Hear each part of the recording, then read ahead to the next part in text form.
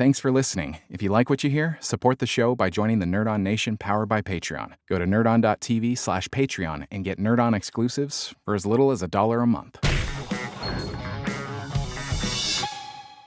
What's going on, everybody? Welcome back to Nerd On, the podcast you didn't need, but you deserve, and where all levels of nerd are welcome. We're doing it.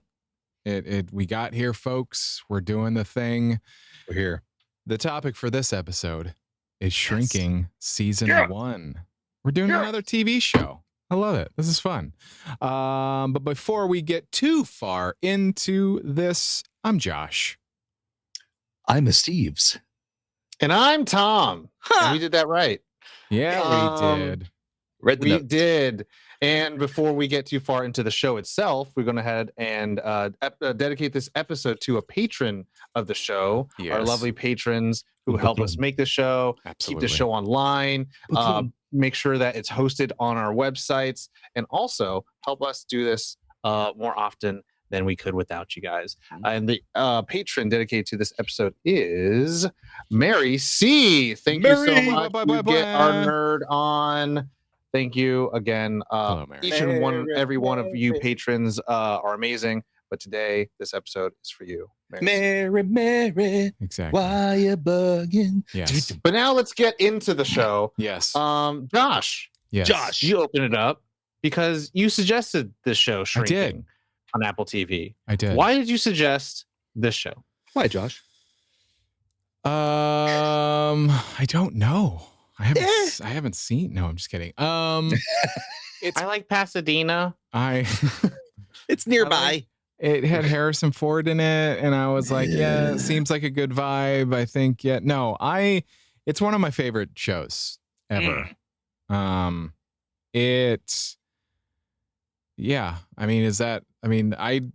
just think that from beginning to end, it is one of the best TV shows I've ever seen in my life. And I don't want to get too far into it, but everything about this show just I like. I just don't know whether I should get into the specifics. Well, let me do a little probing question here. Steve's favorite kind of question. He knows. Because, I think why you suggested the question, and I think you're doing our audience a give me by trying not to spoil too much, and we're not trying to jump in. But I think all the things we talk about on the show, you want to do this, you want to talk about this, like what would you want audiences to listen in for as we talk about this? Like, what do you want to talk about most about in this show before we get really all into it? What I love about this show is that it is so incredibly authentic, and it is. In one episode, you can laugh at some of the funniest jokes I've ever heard, and then you can cry because there's some really deep things that are talked about and worked through, and the dynamics of a scene are beautiful. I think it's such an authentic show. And I think it allows people to have like a full experience a full experience of TV. And I love that. Cool. Yeah. All right. Well, we'll get into that kind of stuff. We'll go kind of round robin going back to Josh, but Steves, what was your reception of the show before you watched the series? Did you hear about it, or did you already know about it? What's going on? So Josh pretty much said Josh, go ahead. I'm kidding. Well, everything Josh said, ditto. We are a pro Jason Segel household here, like ever since Forgetting Sarah Marshall. Related to Steven? No, Seagal? Segel. God, I wish that was real. Yeah. It's just the canon that would be. It would be great if Steven was actually in some weird way like Jason's nephew, because the grandparents kept boning. So we've been, again, the early days of Knocked Up and Freaks and Geeks, but ever since Forgetting Sarah Marshall was where I realized, oh, he's a writer too. And no How I Met Your Mother? Oh yeah, no, I was getting. Well, we saw Forgetting Sarah Marshall first, and then we got into How I Met Your Mother. Yeah. Okay. But there's just something very. He can have humor that's the crudest, dirtiest humor you'll hear, but yet, like Josh was saying, there is this deep heart into everything Siegel writes or is a part of. And Forgetting Sarah Marshall, even the 5-year engagement, and this series that he's a part of the creative team as well. And we saw the previews for it when it first was coming to Apple TV, and we said, "Oh, look, Jason Segel and Harrison Ford, we're in." And we went through this series, sadly, because Apple TV doesn't let you binge, so it was one episode at a time, which was nice. It got to actually enjoy a series once a week, and not right. I know, but we were dedicated to this series, and just thoroughly love this series for its heart, its hilarity, its trueness to these characters, which we'll go into further. Tom, what was the show where someone kidnapped a therapist with Steve Carell? Yeah. Wasn't it The Patient? Was it called The Patient or maybe something that. like that? I think it's called. I feel like that was being promoted the same time this was coming out, and like to me, I was like, whatever. I think you're right. Shows about therapists. Like, I don't need to watch this. It's kind of like The Illusionist and The Prestige. It was exactly it was. Like that. I was like, White House down, Olympus fought that. It was the Patient on Hulu and Disney. Yeah, Channing Tatum, Gerard Butler, same person, same guy. It was like Harrison Ford kidnapped by Miles Teller. Who cares? I don't know. And that's what happened. I kind of like complete blindness. I was just like, whatever. I think this is like the time it was like just popping off so many streamers, so many shows. And I think like Apple TV had been like just hitting it with like new show, and like they got all the money in the world to pay all the people all the stuff they want. So like, I never had a doubt that this was going to be a good show. I never gave it a second thought to watch it, though. I never thought about watching it until I went to an FYC event this year, and it was for the season 2 Shrinking for Your Consideration at the TV Academy, and we got to visit the set. And it was like probably that and The Pit were the most like sought after experiences for voting members. Understandable. And we got to the set, and then you hear it screaming, and I was like, watch, it's gonna be a lineup and all the cast is there. And then you actually go into the rooms and all the cast are in their rooms, and you shake their hands and they're like, oh, my name is blah blah. I was like, we know who you are, Harrison. Who else do we know whose name is Shut Harrison? up. What, and it's like he said Ford. It like this. He said, my name is Harrison. Nice. But like, and this is like a little tidbit thing where like he was like, at this point in the night, this is like 2 hours in of the meet and greets, and it's like 25 people per, which I'm like, we had like 500 people there, so I'm like, this is gonna go forever. And at this point they're like, no selfies, blah blah, and he's just like, hi, my name's Harrison and he's Ford. Just like, we're like, yeah. And then Lukita was in the room with him, and he's just like, it's really such a pleasure and honor to be in a room with these like, the most talented people I ever met. And it's like, this is such a special place in my heart. And I was like, oh my God. Like, cause we get the snippets and the interviews of Harrison Ford, and we get the cool, cocky action hero character. But this is, to both of your points, a different side. And so, as some would say, acting range. And we get the person, and I got to see the person where he's just like so delighted to be there. And at the time of that day, they had just wrapped shooting. I won't spoil, I guess, unless you watch season 3 or when it comes out, but they just wrapped a shooting day. You could tell it's kind of an emotional episode. So I was like, that's pretty cool. And then the next room, like Jason's like, hey, my name's Jason. I was like, bro, dude, come on. We know like, who you are. We all know. Like, don't like that was, but they're all being sincere and genuine, which was really cool. So like after that, and then I watched the season finale of season 2 at the Warner Theater.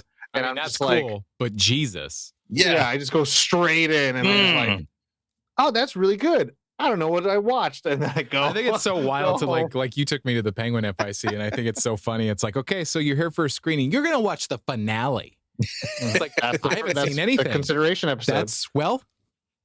Yeah. So what? Tom got Tarantino. He got the end. Now go back and start from the beginning and let's go. Yeah. So that happened, and then I didn't actually ever. I wanted to watch it, and then because of this show, I got to watch it all in the last week and be like, I can see why people like it. I can see, and you know what? I will say this. Very, very many storytellers use needle drops as a crutch. Man, this show does it so good, so good.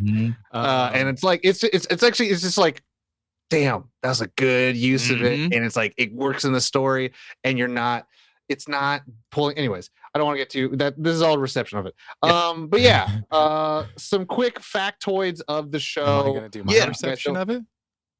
You know what, Tom? Shut up. Yes, Josh. What was your reception of the show before you started watching it?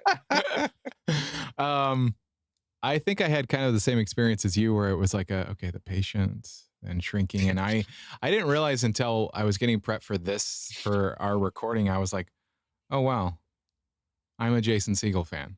Like when I look at his career, I'm like, yeah, I really like Freaks and Geeks. Yeah, yep. I religiously watched How I Met Your Mother, and I Love You Man, Forgetting Sarah Marshall. Okay. So I like Jason Segel. And so getting into this, I was like, okay.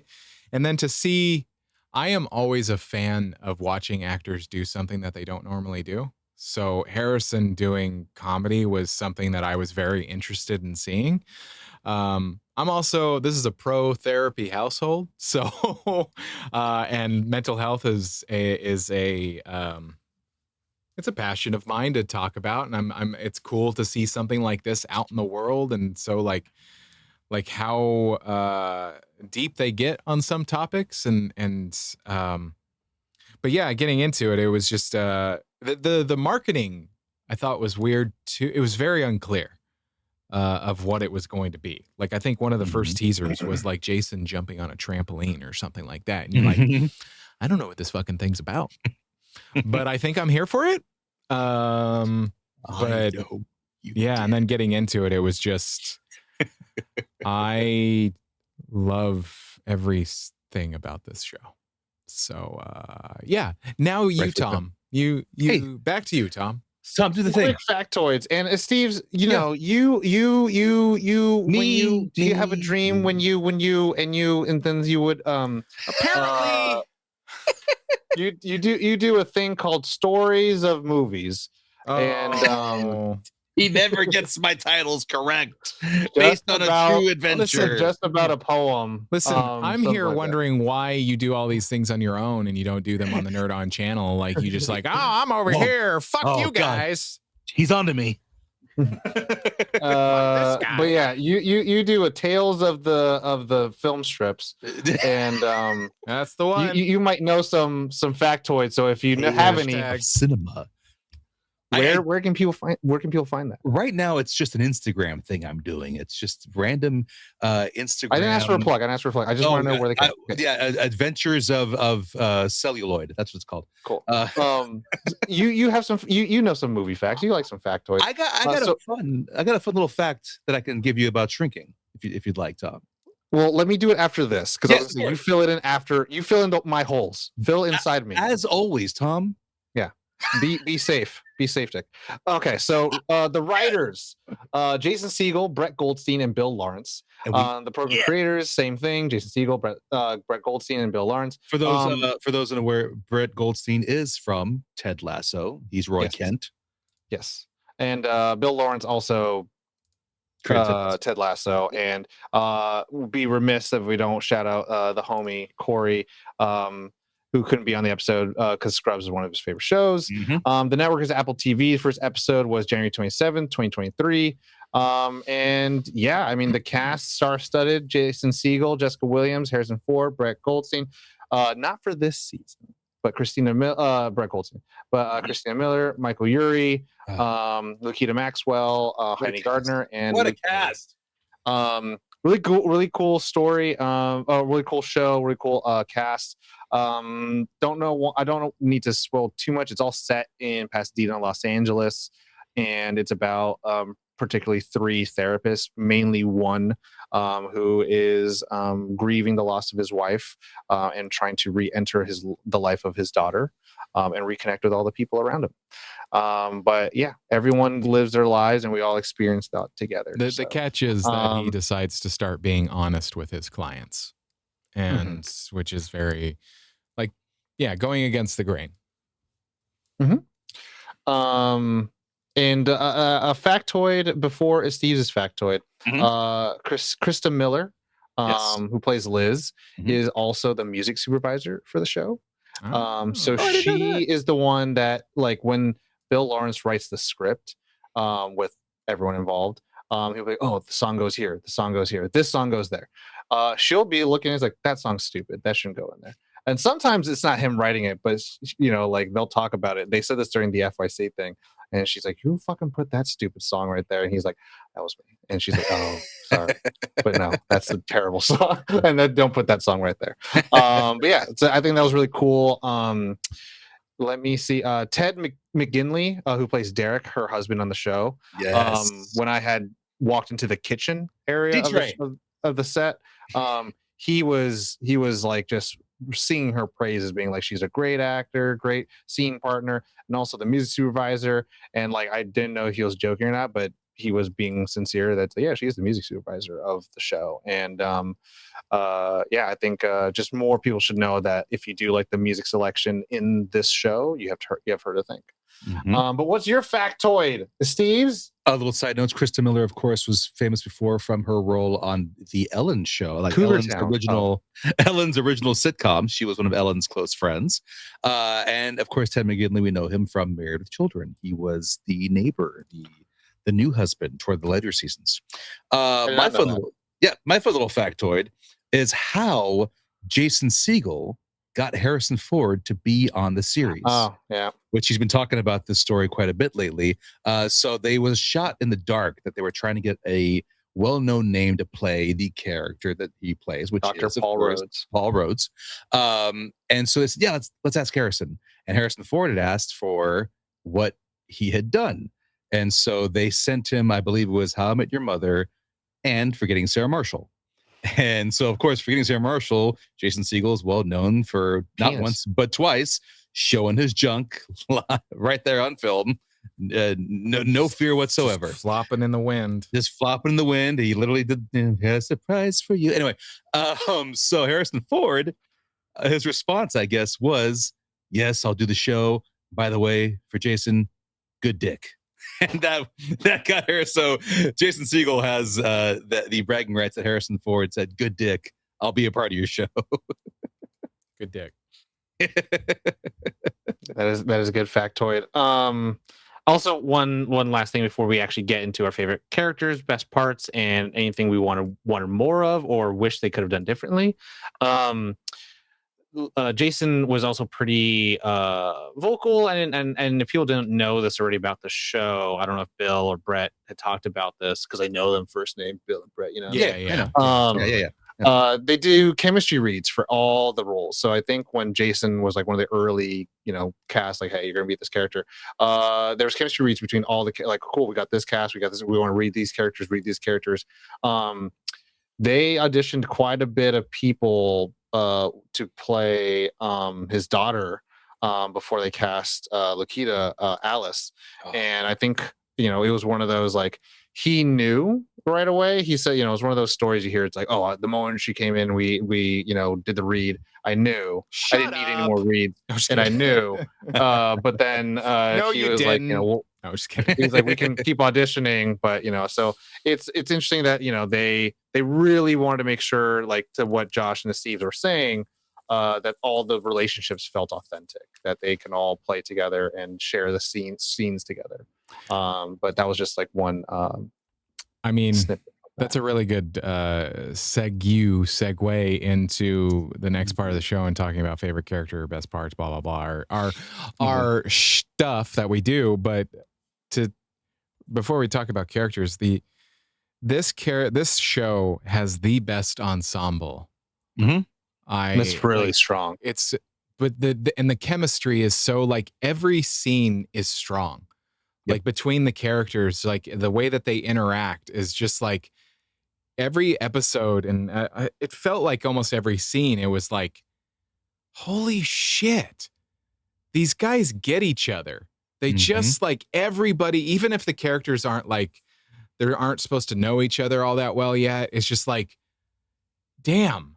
When Liz and Gabby are building their friendship more, it's like, damn, they're just so like every scene was just so good to watch unfold. And just like, yeah, I love a good ensemble. And like, I love the marketing, how they show everybody on one bench.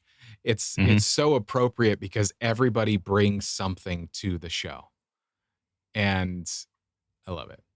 It's so good. To that point, I also really enjoy just the character writing of it all, because there are people of different walks of life, different sexual preferences and orientations, and there's women and there's black people, white people, all these different characters in the show, and they don't do a lot of tell. They don't talk about the experience. You just get it, right? So like there's moments where two black people and a white person are going into an event and they talk about like going to the event, and then they joke about like, you don't think this is funny, where it's like we have the white charity and stuff like that, or like what's it like, and it's like it's the stuff where it's like what Josh exactly said. It's like the relationships or they feel like they've existed, and it doesn't feel like we're as an audience being told that these are characters and that they're going to an event, but we're just watching characters go, and they understand the rules and how everything works in the world. And so there's this like really, really well conceived sense of the world and character building in this show, that again lends itself to these amazing scenes. Yeah, there's a bluntness, and there's like I love how open all of the, like in what you're saying, like the characters writing, like there's such an openness with each other. Like like there's such a it's such a kind of a silly little thing, but it's like when he parks his Jeep on the or his Bronco on the sidewalk, and the guy's like, aren't you worried? And he's like, I'm a white guy in Pasadena. The police will probably take it back to my house for me. So it's like those things where it's just like they're just straight and they're honest. Or I love when Gabby has her meltdown. It's just like, sometimes like even therapists lose their shit. You know what I mean? Where it's just like, yeah, that's yes. Like anyway, sorry. No, I think it's super well conceived. And just a little small. It just reminded me of one thing that I think some of the storytellers of Arcane, the series, did, where it's like you don't have to worry about representation when the story doesn't work without that character.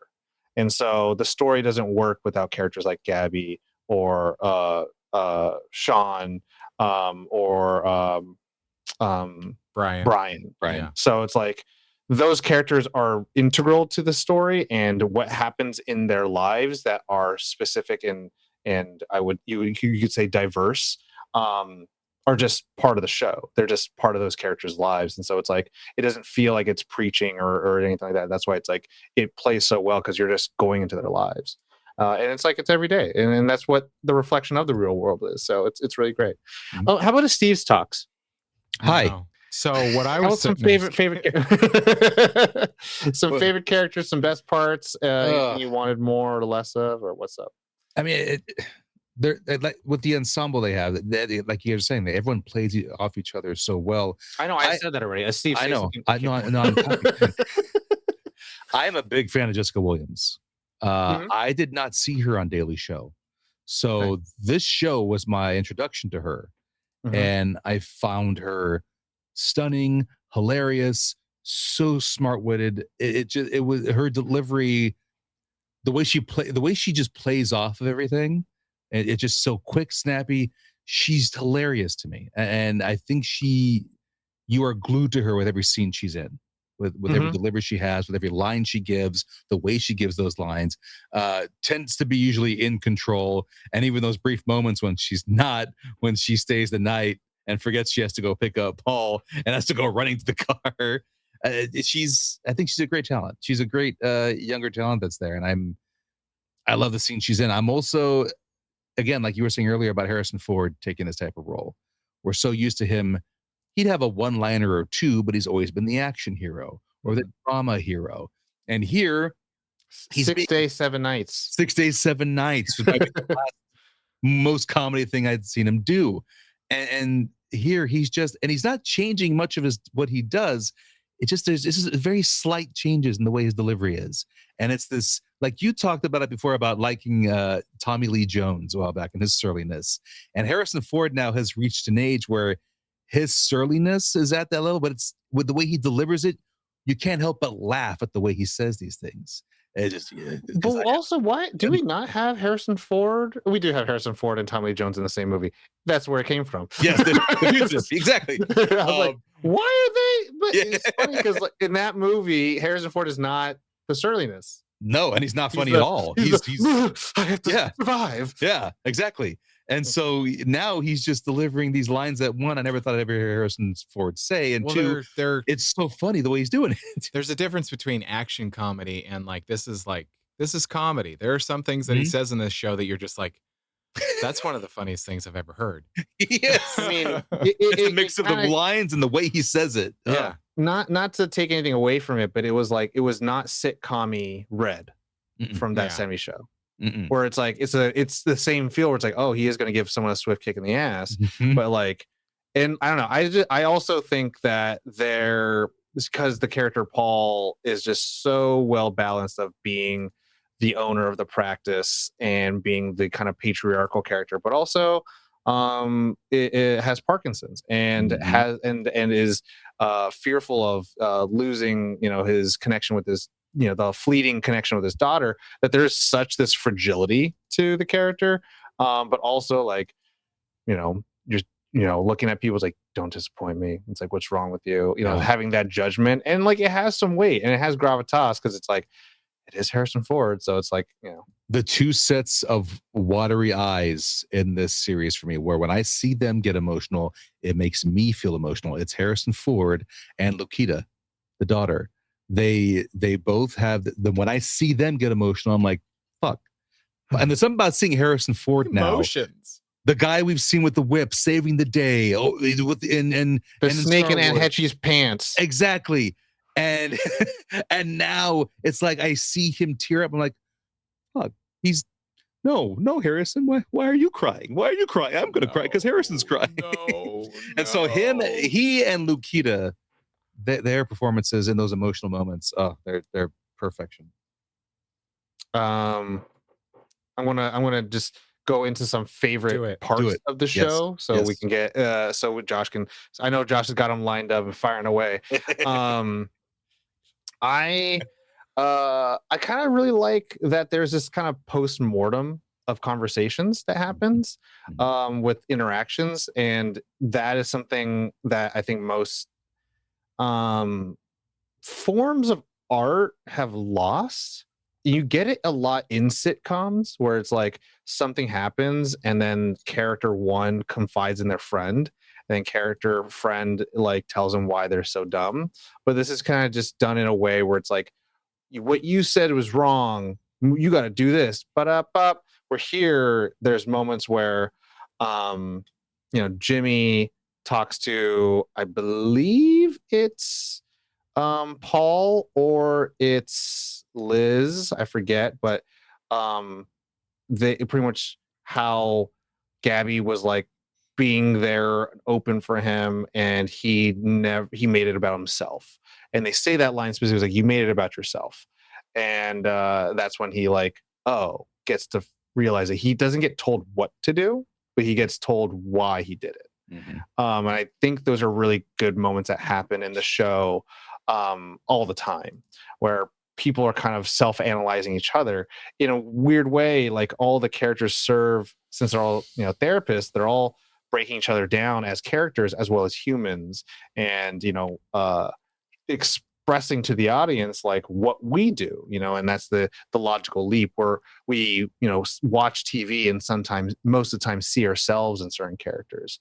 And it's great. It's really good, and that happens quite a few times in the show. Also, it's just like a pretty great premise, that the idea that Jimmy as a therapist is getting burned out, and he's just like, I'm going to start probably breaking some code of conducts and like doing weird shit with my therapist that like take him out of the office and do activities with them.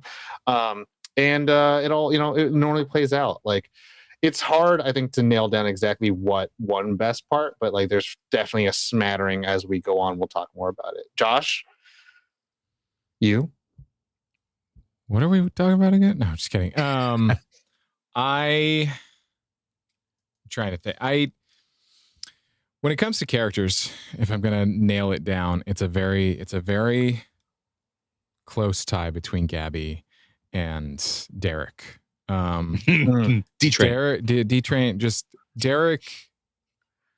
I mean, I love the eat a dick scene. I just love how he's just so like, he's just DTF. Like, he is your DTF friend all the time. Yep. He's retired. I love, one of my favorite scenes is, I love when Liz is like, hey, you're retiring, I'm gonna need you to go do some stuff. I need you to get out of the house. I need my space with love. And then he's like, no. With love, I've earned, I'm gonna stay home and do whatever the fuck I want. You should go find some. I loved the honesty between the two, and I love that they have a sassiness between the two, and it makes me just giggle with glee. Or when he's telling her about that he saw them having sex, she's like, that was like a month ago. It was like two. I like their relationship because it's like two friends that are just like, why would you do me this way? What? Wait, why would you watch that? Yeah. Come on. No, I get it. You're right. Did you film? It's like, no, I'm not all right here. You need to. Yep. Tell Jimmy, good job. Peeing off the balcony. I love it. Don't you wish you were peeing off the balcony? I love him and Gabby. Hey, D-Train. Yeah, G-Spot. I like that he gets it. Like, it's this weird thing of like, because I think so many times we see the husband and wife hate each other trope. And this one is they don't hate each other, but they do understand they are older married couple who understand like, hey, we're in it for the long haul, but also we can irritate the shit out of each other. And so there's, when I think she's setting up Taco Tuesday and he's like, am I invited? She's like, no. And he's like, okay. It's like there's things where it's like, oh, we want to do this thing. He's like, and then he knows he's not going to get invited, but he's just like, all right. And then like if he does, he just comes in just as happy. Like it goes to the wedding. He's like, thank you, Derek. He's like, he knows my name. All right, we're all winning. I want to be Derek when I get older. I want to be Derek. It's like I want to be them when I grow up. It's like this healthy relationship that they have. Like I just think I think that a marriage, you should be able to argue in a healthy way. You should be able to joke with each other. You should be able to have fun. You should, those kinds of things, and understand the change that a relationship goes through after so many years together. It's like there's something different. I love how much joy every character has. Like anytime I watch it, I'm just like, man, they're going through some shit, but they're bringing joy to it. And I'm just like, man, I love that. Like every time I saw Gabby on screen and when she'd be talking, I'm like, Gabby is my spirit. Like, I'm just like, oh my God. She says some things that I say and I'm just like, oh my God. Swing. Yeah. It's so funny. It's so funny. And I'm just like, working man's dick. It's so thanks good. for having my back. Well, thanks for pounding my front. Yes. Her lines are so good. It's so good. It's so good. Okay, yeah, we'll focus it down to favorite characters. Esteves, favorite character. You could do a Josh, a split between two. The Derek is one. Just his loyalty. Whether it's, hey Pam, no, we don't like Pam. Oh, I'm sorry. No, eat a dick, Pam. Just drives off. He's so good. That is who I want to be when I retire. I want to act just like him. I didn't want, because it's so easy to say Jason Segel and Harrison Ford because they do such a great goddamn job in their roles, and this whole cast is phenomenal. Derek, and I think being the youngest one, Lukita, yeah, you feel her pain and how she's trying to be happy, and then her guilt of being happy, and just what she's going through, knowing that like the first half of this season, her dad's not there, or the early part of the season, he hasn't been there. And now he's trying to be there, and he missed out on her going through this while he was in his own hell. And as they slowly try to rebuild their relationship, you see that on her face and the ups and downs they have, where it looks like it's doing well, and then something happens to where they're not talking again, and then they're back at it, and it's continuing growth that's happening between the two. And she just, first off, the casting between her and Tia, his wife, that is a phenomenal job of casting, because that could easily be that family right there. Jason, her, and then Lukita, they could have easily been the parents. It's a well done casting. I want to get that sweater once. That was the sweater she wants to wear to school. That was a good one too. Once you go Asian, you don't go you don't go Caucasian. Yes, can't wait to get the call from the principal on Monday. It's just the emotions they deliver. Back to Segel. So I mean, I can't pick just one. They each have an element. You have to. I said you could do two. I said Derek, and then Lukita, yes. Okay, then you're done. Okay, moving on. You're done. You're cut off. I think my favorite is probably Paul, Harrison Ford for sure. That tracks. I like that he is. Why wouldn't it be him? I'll say this in this weird way, man. He is this, and this is the brain rot bullshit. He is the Nick Fury of the whole show. He has everyone's secrets. He knows everything, and it's like everyone tries to pull a fast one. He finds out anyways. He calls, you answer, and I'm like, that's what's up, baby. I like him, and actually, I really like Sean. Yes. I like and to I think your point, Josh, where you're saying like some of these characters, they just have great scenes together. I really love the scene between Sean and Liz, where they're walking and it's like their first time like hanging out. And again, first off, Liz is kind of like, who are you? And she, she's like, I don't like it. And then, you're with Lukita, and I'm kind of mothering and all this stuff. And, there's a lot of reasons to be like, kind of like, I don't know. And then he's kind of this like project character for Jimmy.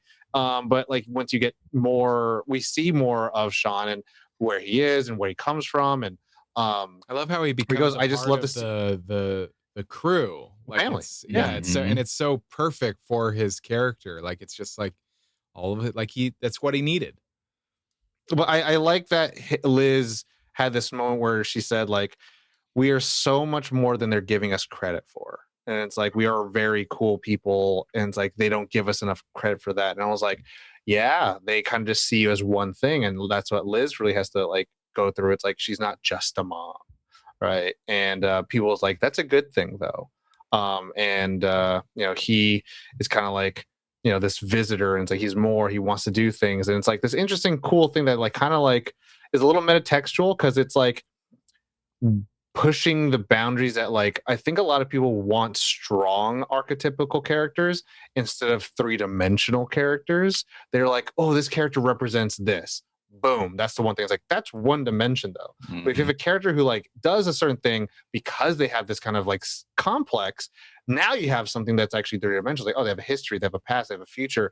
Like they're doing this, but they actually they want to do this instead. They're, using these things to express themselves, like the violent outlashes and the PTSD, but it's not even about the PTSD. It is, but it's also like the cooking, and then the family, and then the pushing to want to get better. Like those kind of things are really cool. That's really spoke out to me about what Sean's character and just Luke's performance was really giving me.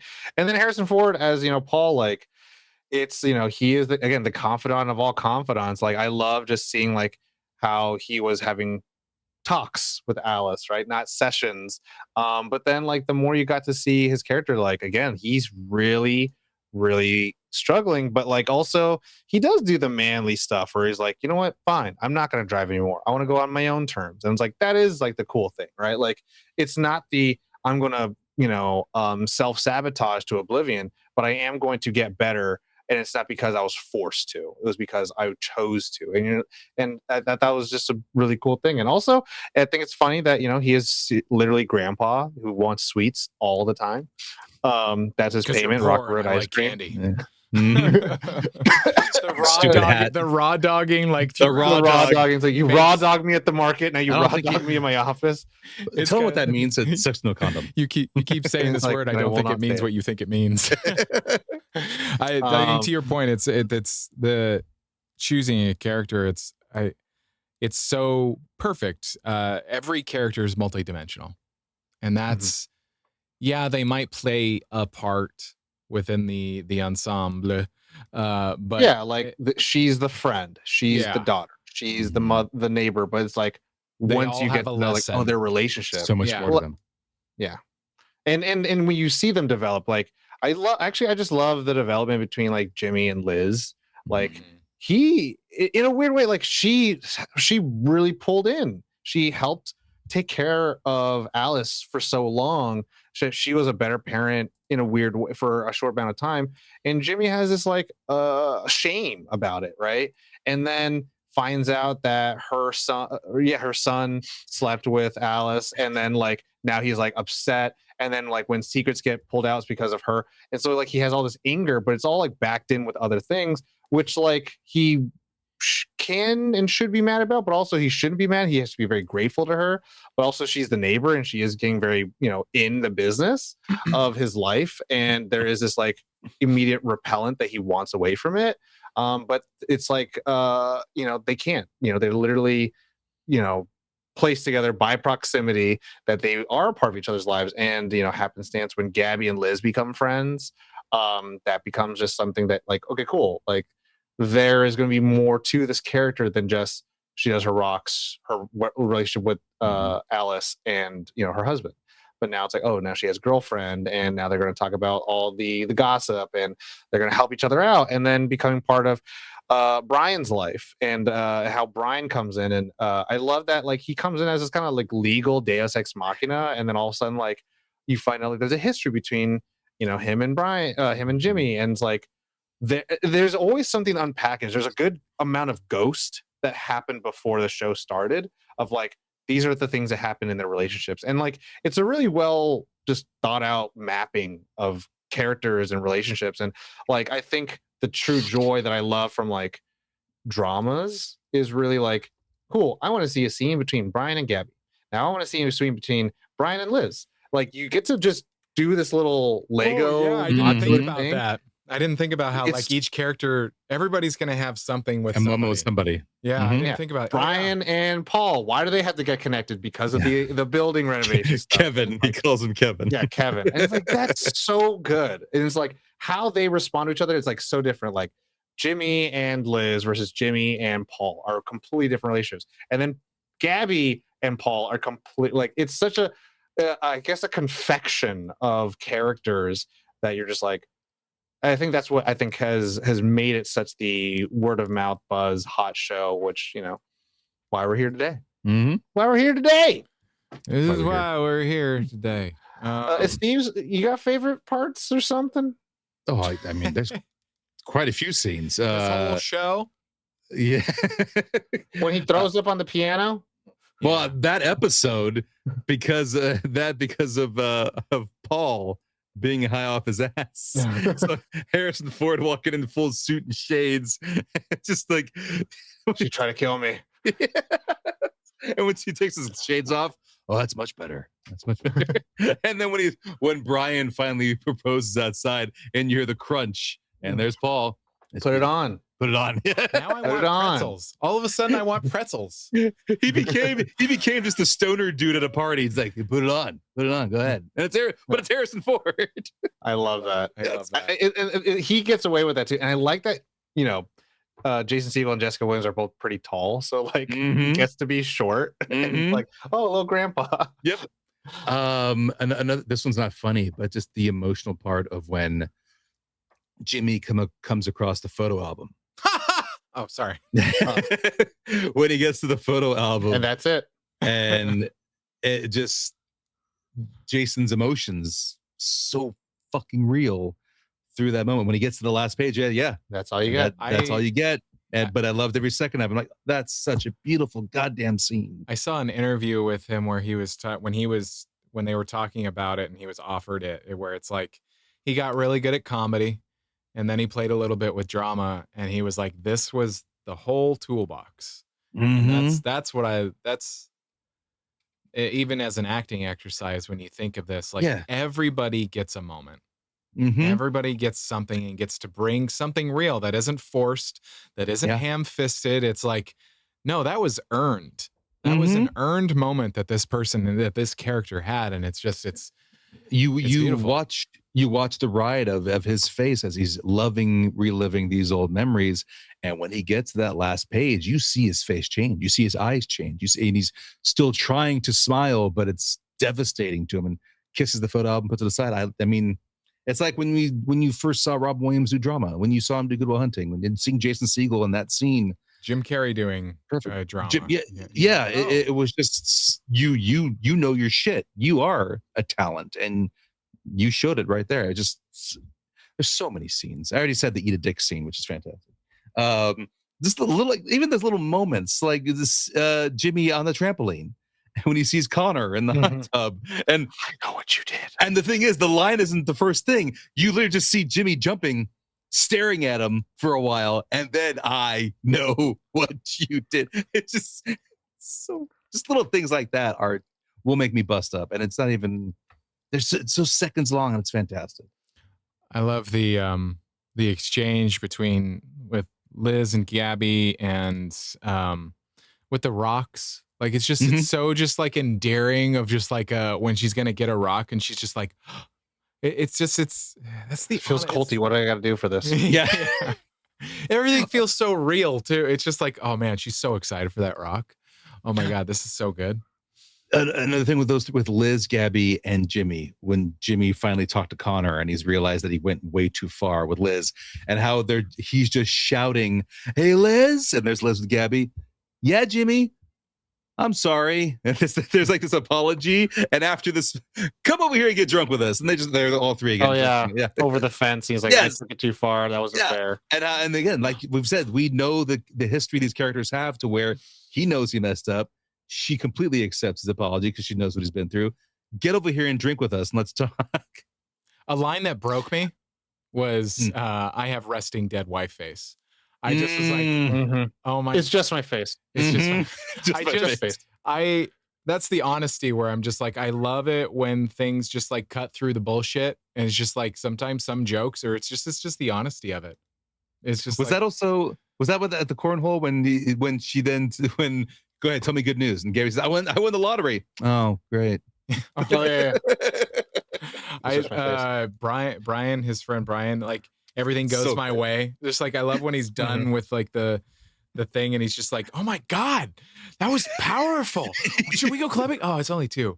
Oh, but it's just so oh my god, every character, like you could go through every character and be like, oh, that scene with them, oh, that thing with them. I mean, it was just, everybody's so good. Yep. So good. And that piece what you're talking about with Brian is pretty integral, because it's his introduction, right? He comes in as a lawyer, and then the next scene's like, that was insane. It's like, I'm a state lawyer, I'm not a real lawyer. That was crazy for me. It's like, we should go club, we should celebrate. And then Jimmy just straight up leaves. I do like I call it like the Peter Parker of it all, where at the beginning Jimmy is like, if I have dinner with my daughter, I'm bridging that gap. But if I don't show up for my best friend, then I'm burning that bridge. But I also need to, I think, what else was he doing? I think or if I can be with my patient, right? So it's like, be with the patient, be with your daughter, or be with your friend. And he is like literally stuck between 3 of them. And he chooses Brian, but then Alice is like, oh, she brought food, and then she said no to Liz for Taco Tuesday, so she ends up going to Paul's and just having was it burgers at the Fortress of Solitude. But yeah, I love that kind of Peter Parkerification of it, where it's like you can't do it all, and if you do one, you're letting two other people down, which is like so hard. Jimmy, Paul, and Brian trying to find Alice. Oh yeah, at the dorm. and Which one? At the garden? Either one. Just what Paul's final like little tidbit that sticks with everyone. Like one, stop trying to go for the English teacher. Was it? Oh yeah, stop trying to fuck your English teacher. Yeah, and then at the dorm where he just stares. I haven't scared him enough. And then when the guy finally gulps, there it is. It's just so good. I will say also, shout out to character Rachel. Alice's friend, who is the horn dog, the party girl. Her character's name is Summer. Summer, yeah, Summer. I had to do some to my V and A. V or A, and I was like, Jesus Christ! But it's like, she just says, she's just like there. It's I was looking through the characters, and I was like, wow, she's in almost every episode. So it's like she is definitely should be given her flowers as being part of the show, being part of the family. Whereas Brian's boyfriend and fiance is in half. So is Josh, what any other favorite parts that you want to mention? It's this show is one of those things that we could just keep talking. Like it's like, okay, it's like, I forget what we were doing. Maybe it was Agent Carter, where we were like, oh, maybe we should just do a watch along. Like seriously, like this is just talk about the episode and watch along. Just watch along. Just like we got Shrunk. We're watching Shrink in season 1. It's such a good show, and literally every episode Honey, I'm has Shrinking something. The Nerds. Yes. The art Shrink show on the the podcast. I'm not one to kink shame, but he likes thumbs up his sometimes two thumbs. I've shoved so many things up Derek's butt. No, you haven't, but I could. But I could. So it's one of those things that this show is. All of the scenes that we're talking about are just kind of. It's so weird, but it's just they're kind of the cherries on top, where it's just like it's watching the characters interact and everything that you get to go through. Like once you get into season 2, there's even some harder scenes where you're like, oh my God, like, whoa. Like there are some scenes that leave you speechless. I mean, just in the show in general, like even in season 1, but season 2 starts to go across some themes that are kind of dabbled with in season 1, and then when you get into season 2, they're like coming to a head, and you're like, oh shit, grief is real, or resentment, or whatever. And it's I like that. The other thing too about this show that I love is that I have a strong belief that, listen, life gets hard, and it's how you get through it. It's how you move through it and how you experience it. And sometimes you can be funny. That's why I say embrace the suck, because it's like sometimes you just gotta laugh. Sometimes life just sucks, and you gotta laugh, and you gotta somehow have some sort of humor about it. But maybe that's just my trauma response. Absolutely, it's my trauma response is humor. So I like that there are some really serious things talked about, and there is a fine line that is discussed that is traveled, where it's like we've made fun of it too far, but we're also honoring it, where it's just like it's like we're having fun in this zone. And sometimes some real shit is said, and sometimes some real zingers and some really fun punchlines are said too, where you're like, yeah, when I was in that situation myself, yeah, I probably said that. It is a authentically human series. Yeah. To a T. While still being entertaining. Yep. Yeah. And I think that's the very fine dance that it does, is like it balances. Like I think one of my favorite scenes is when Jimmy talks to Tia through the photo when he wants to tell her that he slept with her best friend. And he's like, this may sound shitty, but I feel like you owe me an apology. And those are the things where it's like it allows the characters to have the selfish emotions. No one's perfect, but everyone wants to be good. Everyone wants to be in harmony with each other. No one truly thinks that they are above everyone else. There's no like my righteousness over your or my convictions over your happiness. Everyone's like, I feel this way. I'm sorry. I feel this way. So I did this. But it's not like I feel this way and you should let me. Of course, maybe Alice might have that because she's a kid. But also like that's the cool thing too, is just the dynamic of like she is the youngest character amongst a bunch of 30 to 40 to 70-year-old characters. And it's like, wow, she's holding her own in the emotional mental capacity with these people.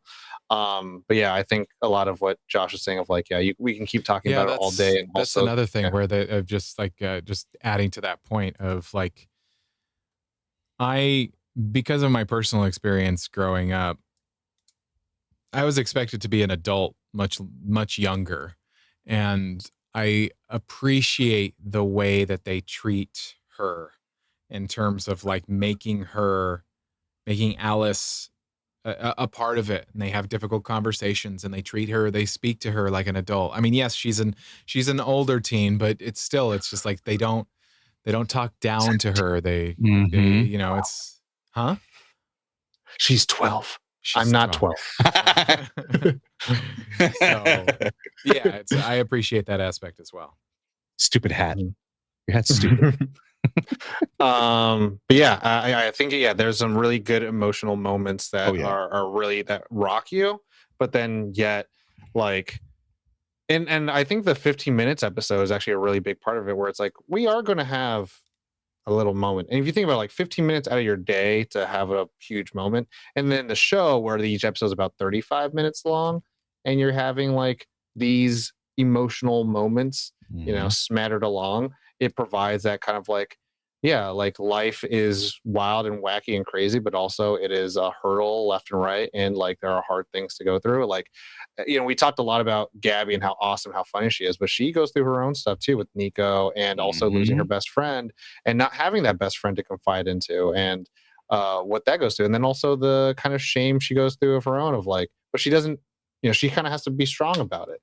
And, she's carrying Paul, and, she has her dreams and aspirations, but so it's like everyone is all going through something, but we all get to see it. And it's a very, very, very, very well conceived show. Good job, Bill, Brent, and Jason. Boom. And Sophie for executive story editing, and Sasha for executive story editing, and I just thought of Zach Bornstein. That's actually like, I think I've talked about it a little bit like here and there on this show, like where I've been in my life when it comes to media. It feels like I'm so drawn to things that you can tell that everybody is enjoying what they're making. They're making something. It's not just content. They're making something of value and substance. It's not disposable. Yeah, it's not. So like what you were saying, even at the beginning of the episode, of like great needle drops. It's like, it's not just music just thrown in. It has purpose. Oh no. It has meaning. It has something, even if it's for emotional and comedic effect. It's like, it's everything when you look at it, it's purposeful, and you're like, people, you can tell that they care. And that's everybody from beginning to end of this production cares. I mean, at least I hope everybody, even the PAs, care. But given with what Tom's experience was, and he went to see it and meeting Harrison, and from what I've seen of Harrison, this is a guy who also seems to still fucking love what he does. Like he still gets excited to act in something. Like and loves what he's a part of. I don't think there's a snippet you could find on the internet, but I remember him saying in the room, he's like, not many people would have given me this chance to be part of something like this. And you think about that, where it's like, how many actors, and we always talk about it, where it's like, it's so great to see them do something different. And they don't get that chance because they're like, well, you're going to be this guy because that's what you're known for, and that's what's going to bring the audience. And if anything, like, it probably, in the most humbling way, keeps him on his toes of being like, hey, you have, because he's also on the 1918 whatever 1890 the whatever Yellowstone the hell prequel, and it's like he's my son, but then he gets to do this, Just and like it's like, that. wow, it's spot on. Perfect, Harrison. Exactly. Helen. Yeah. You know, Wow. it's the same thing. So it's like, it's dude, is he in the room with us? I think he is. Yeah, Paul? you get to see him, you know, kind of push himself in that way, and it's like Mhm. that's always really fascinating to see. But in to Josh's point of everyone enjoys doing what they do, you know, again, everyone for a little bit for the show, everyone's hugging each other and just kind of like gassing each other up over. Everyone's like, oh, this person's so great, this, that person's so great, blah blah. And it's like, oh, da da da. And then, you know, Harrison's like, I have to compete with that, and it's like, it's such a cool thing to see and be a part of. I could probably post some of the videos I took there on the Discord for anyone that wants to see that. But like to your point, Josh, also about the music, the needle drops. I forget what scene and what episode it was, but it was one where it's like Jason Steve, I think, is looking around and he's out in the backyard, I think, and he sees everyone's together and happy. I think it's a party, and that's the one where Derek's like, he comes in last moment.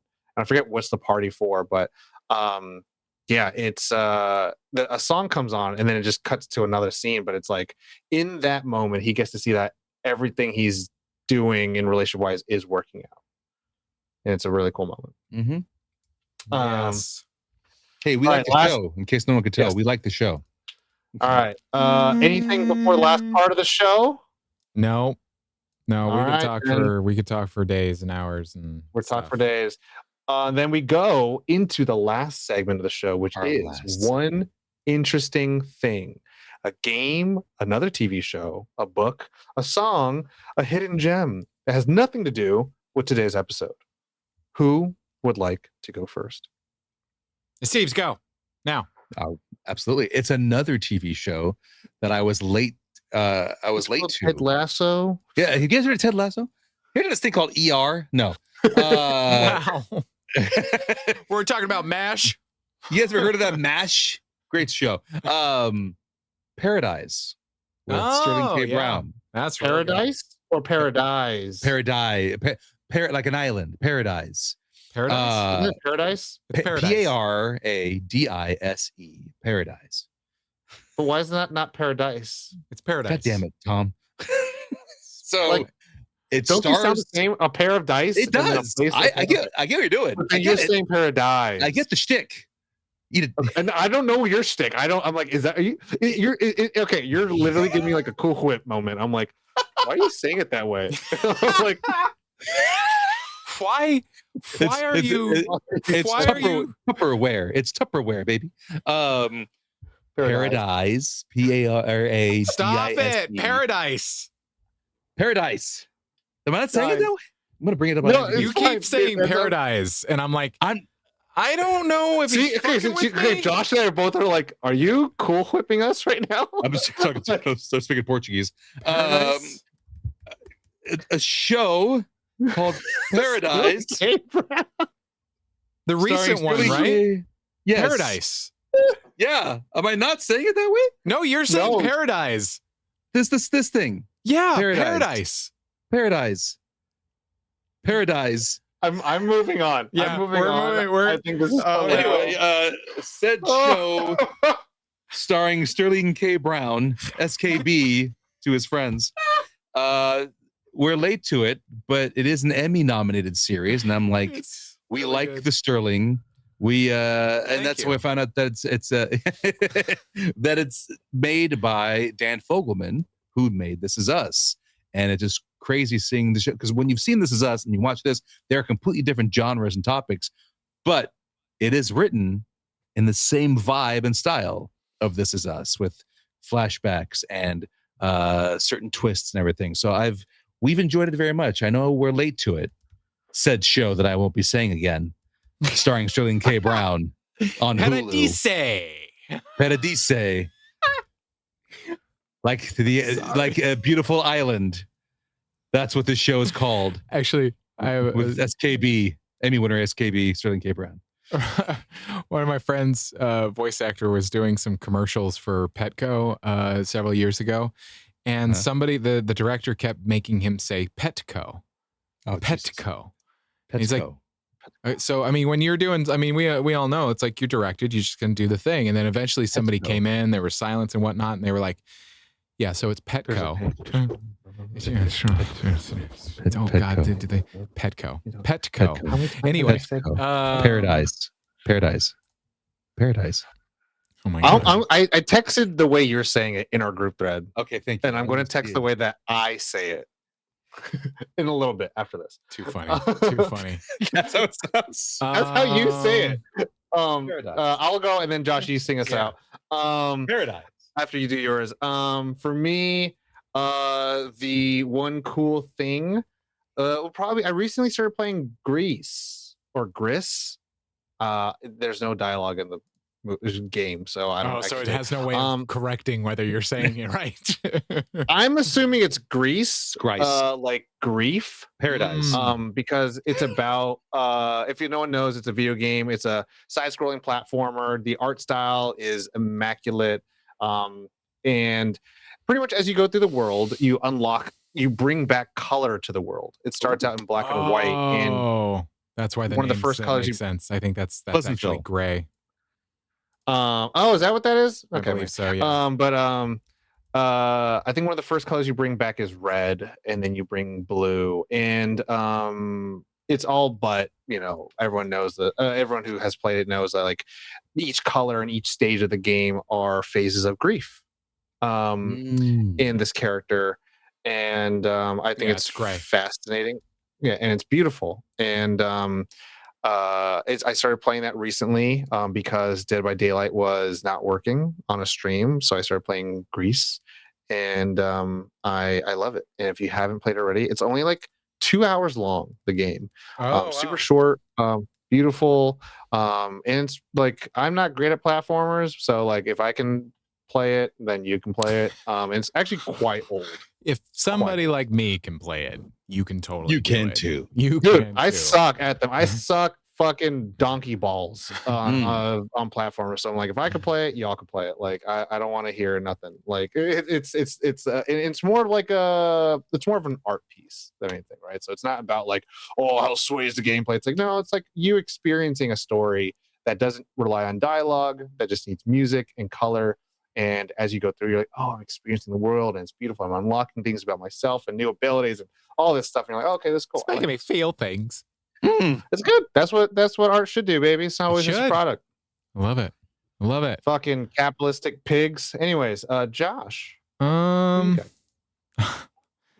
about late to a show. I have Paradise. No, I have been watching Better Call Saul. Saul. No, we had just binged Breaking Bad. We had finished a few weeks ago, and we had never watched Better Call Saul. I think it was just one of those things that just kind of like, I don't know. I think I've just gone on monologues about how I'm just like, I don't care. At first, I'm not so into prequels where I'm like, oh God, I need to go watch the prequel. I'm like, oh my God, need to know how Voldemort came to be. I'm just like, Jesus, I don't need to know. And so I was just like, okay, you don't need to see John Voight's ball sack to see Angelina Jolie. Exactly. And so watching it, I'm like, no, you should totally watch this show. This show is so fucking good. It fucks hard. It fucks hard. Every character, I'm just like, oh my God, it's another good cast show where you're just like, oh my God, you're so good. Everybody's so good. Oh my God. And getting to watch every character go through a journey of character growth. I'm just like, oh my gosh. So it's good. I'm on the 6th. We just started the 6th season. So super good. Also in the sense of, to not your example, I did not know there are freaking like 3 concurrent Dexter series going on right now. Yep.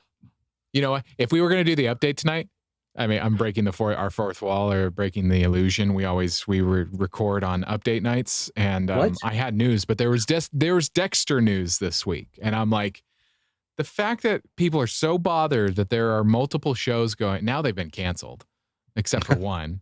Because that sucks. People can't get. I mean, the because one is about like his son, one's like a prequel, and then I don't know what the other prequel. One is. Everybody was like, "Oh my God, it's so good! It's very high ratings." It got renewed for a second season, and then it just got canceled because some fuckwit in the office was like, two people playing Dexter. It's just confusing. No, it's fucking not. It's two different No. timelines. You fucking idiot. I, as someone who used to work for said parent company, I don't think that was probably the conversation. They were probably like, we'll probably make more money off Star Trek.